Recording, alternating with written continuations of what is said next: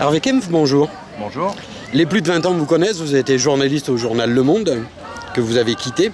Vous êtes un écrivain. Depuis quelques années, vous avez investi l'Internet et vous êtes aujourd'hui sur Reporter. Est-ce que vous pouvez d'abord nous présenter ce site ? Donc Reporter, ça s'écrit REPORTE2RE, reportere.net, et comme son nom l'indique, on fait du journalisme, on fait du reportage, mais tourné vers les questions de la terre, vers la question de l'écologie, vers les questions de l'environnement. Et c'est un site quotidien. Tous les jours, il y a 3, 4, 5 nouveaux reportages, interviews, enquêtes, analyses. Et on est en accès libre. C'est-à-dire que tout le monde peut y aller, il n'y a pas à payer, il n'y a pas de publicité.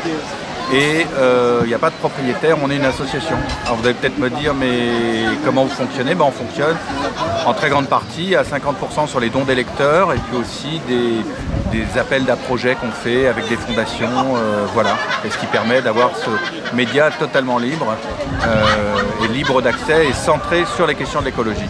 Alors vous qui venez de l'univers du papier, pourquoi vous êtes tourné sur le numérique ? Pourquoi n'avoir pas cherché à faire un autre journal papier ?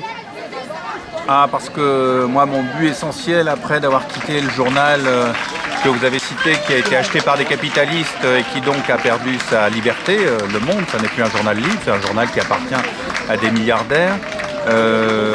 En fait, l'avantage d'Internet, c'est que c'était le média pour diffuser de l'information qui coûtait le moins cher. C'est-à-dire que, évidemment, j'adore le papier, j'ai une culture du papier, mais imprimer, diffuser, acheter le papier, c'est des coûts très lourds.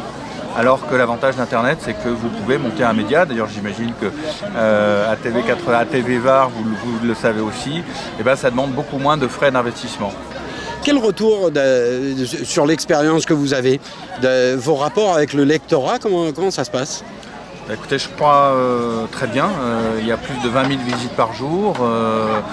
Là tout à l'heure à cette fête, il y a une dame qui vient me voir en me disant je lis Reporter, c'est une bouffée d'air quotidien, donc on a ce type de retour. De plus en plus aussi, je crois que les lecteurs comprennent qu'on est un outil au service de l'écologie, du mouvement alternatif, du mouvement social. C'est-à-dire qu'on n'est pas des gens qui parlons d'en haut vers le bas, on fait partie de la société du bas et on fait remonter cette information extraordinaire et très riche qui est faite par tous les mouvements alternatifs et écologiques en France. Et on a de plus en plus des gens qui nous envoient des textes, qui envoient des courriels, qui envoient des informations.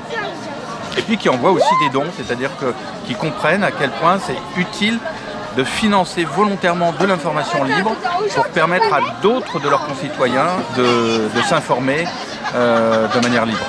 C'est l'enjeu des prochaines années.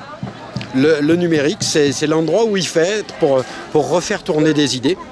Je sais pas, on peut imaginer, on l'a déjà fait, de refaire du papier. Je crois que l'essentiel pour faire tourner les idées et la liberté, c'est que les journalistes aient la volonté d'être libres eux-mêmes et qu'il y ait dans la société suffisamment de citoyennes et de citoyens qui comprennent que si on regarde TF1 ou votre télévision par exemple, ou si on lit des journaux qui appartiennent à des milliardaires ou des sites internet comme Reporter, que ces citoyens aient l'esprit de la liberté, c'est ça le vrai enjeu. Après que ce soit papier, internet, télé, quelque part c'est secondaire.